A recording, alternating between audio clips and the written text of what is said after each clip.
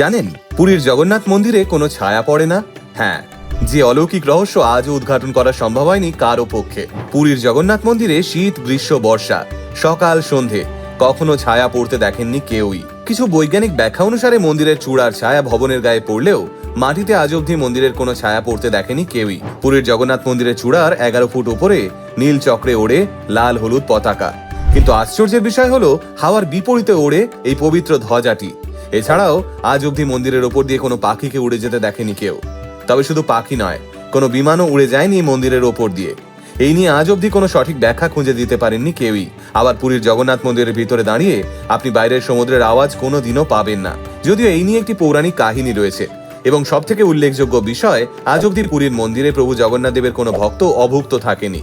আবার প্রভু জগন্নাথের মন্দিরের শীর্ষে যে ধাতব নীল চক্রটি রয়েছে, এই নীল চক্রটিকে যে যেদিক থেকে দেখবে তার মনে হবে চক্রটি তার দিকেই ঘোরানো। সবই বোধহয় প্রভুর কৃপা।